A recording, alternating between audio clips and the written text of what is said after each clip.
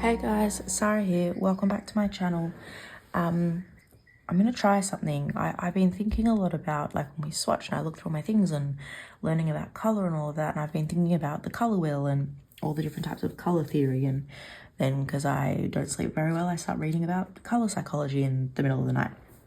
But I wanted to see, and it may work and it may not, doing like a little kind of series of videos kind of around color theory and the color wheel, and I thought I'd do a couple, and then if people like them I can kind of go into it more and more. So this is the first one of that. So the first thing I'm going to do is just swatch a color wheel just of the three primary colors, so yellow, red and blue. You know, the disclosure being kind of obviously that I don't have, it's not pigment as such, and it's within my collection the truest form of that I have, but I just thought it could be, or for me, interesting, and I hope you guys find it interesting too. So the primary colors are yellow, red, blue, and so I've pulled out what are, I guess, my truest yellow, red and blue inks, and I'll swatch them, and then I haven't entirely worked out, but I think next then I might do like tertiary colors, for example, and then look at color theory and look at analog, so like when they're next to each other, or contrasting or complementary and things like that. Because, you know, when I do my currently inked, or when I look at inking up a certain amount of pens, sometimes I'm not thinking at all about the relationship between them, but then sometimes I am, and you do, or for me at least, I do like it when there is some sort of cohesiveness. But then on the other side of that, like for work, for example, sometimes I like having two quite contrasting colors in terms of my note taking, because it helps me, you know, if I'm reviewing a file, for example, like it helps things stand out. So I just wanted to explore that a little bit more, and I hope that it's not super boring, but we'll see in the next 10 to 15 minutes. So I'm going to start off with yellow. The truest yellow I have is Birmingham Pen Company's Solar Storm. So I'm going to still swatch in my normal way, and hopefully it works. I still can't find my blunt tip syringe, which is super annoying, but we'll work it out. And what I find really interesting about this ink is it goes down as like this fluoro orange red. Hopefully that's enough, but it doesn't dry like that at all. And even actually once you start spreading it out, it goes super, super yellow. So, and this is probably a yellow that does lean somewhat orange, but it's really the closest thing I have in my current ink collection.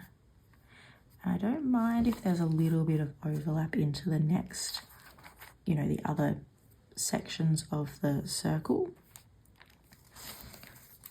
Awesome. So, and I thought maybe we can just chat about the inks a bit too. So this is Birmingham Pen Company's Solar Storm.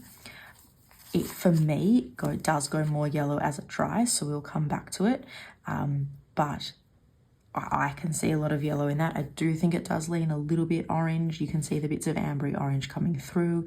It's a light ink, but I think, look, it could be a touch too light for me to write with, but I think it's not completely illegible. It's a little bit of a bugbear of mine, and I don't have the best eyesight, so I do like writing with inks that are super legible for my kind of long form journaling type thing.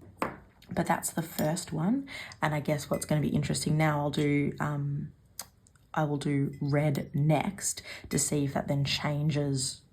You know, does this all of a sudden look actually more orange, or does it look colder, or things like that. The other inks I was kind of contemplating just felt quite brown to me. Things like Diamine Sand Between Your Toes, for example. So for my red, I chose Diamine Oxblood, which is a red that everyone loves. It is such an awesome ink to write with. It's, if you are watching this and you've never written with Diamine Oxblood, grab yourself a sample. I mean, you wouldn't go amiss just grabbing. This is one that you would just buy a bottle of. It's such a fantastic ink to write with. It's just the perfect amount of wetness. It feels good coming out of like every single pen that you put it in. in my humble opinion. It's got a cult following for a reason. There's also Writer's Blood, which is another massive favorite, which I actually haven't tried Writer's Blood, but I've had a couple of samples of Oxblood and I've just loved it so much I haven't ventured elsewhere. So I'm gonna lift this up now.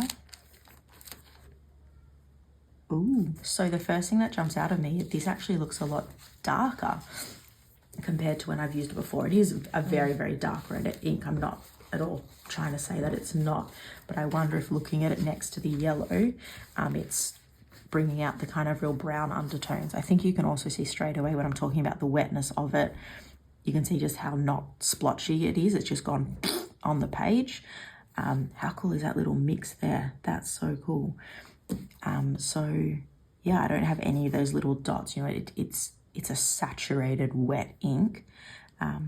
And next to this one, I actually can see more of the browns coming through versus that real red, but this is a bit of an experiment, so that's okay. I'll just clean my little syringe and we'll go to the last one.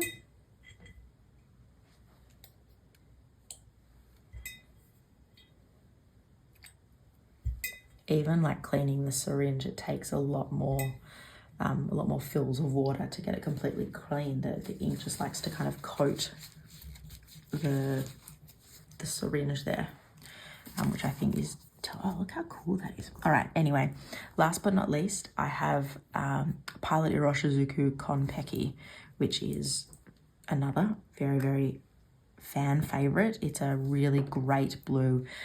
It does have a sheen, but it's probably and I'm not someone who loves blue, and this is probably my favorite, and that's why I chose it. And for me, it's, you know, it's not a blue that obviously leans another way, so as in like teal or aqua or grey, so that's also kind of went into my choice. I didn't put enough in my vial there. That should be good.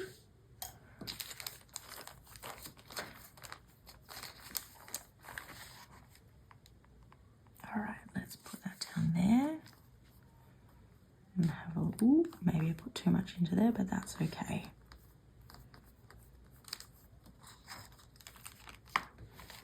What I just want to kind of come in and do is put a touch more down here. And I would have gotten ink there, but that's okay too. I wonder if I can cross those ones a little bit. I'm gonna see. What I'm just doing off to the side here is just cleaning some of the excess ink off the snap lock bag, but to get a little bit just more in here. Let's see if I can make that work.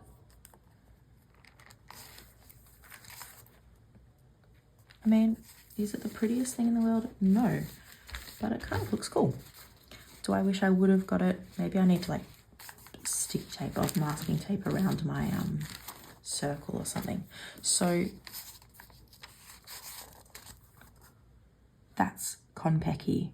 It definitely jumps out as kind of the most vibrant ink of the three, but it is making this one straight away, you know, when I was talking about it as being brown, it's for me bringing those reds back in.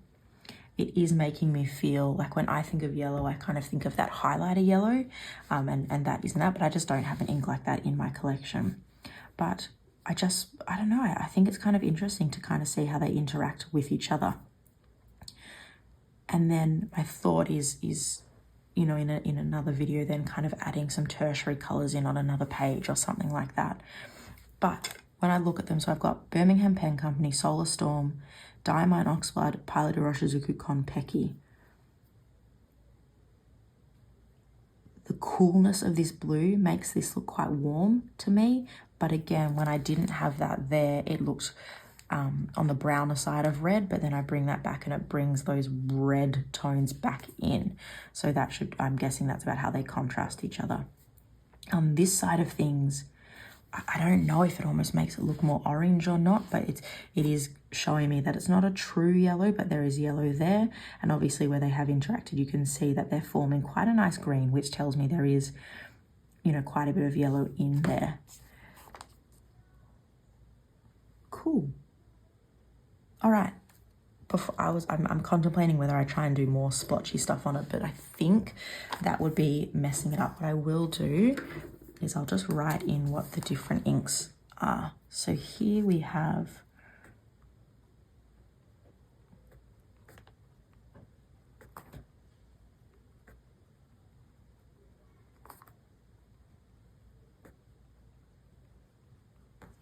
Konpeki. Up here we have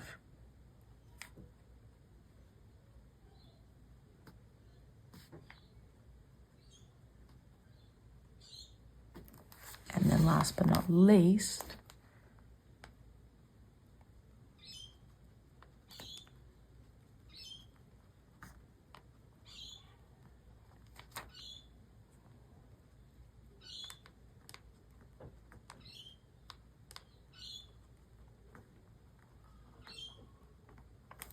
and the sun has just gone away, so perfect time to finish the video. I'll bring it up a bit closer so you can see, but that is my attempt at a primary color wheel with 3 inks that I felt represented those primary colors the most in terms of my collection. I'd love to hear what yellow you choose, what red you choose, and what blue you choose.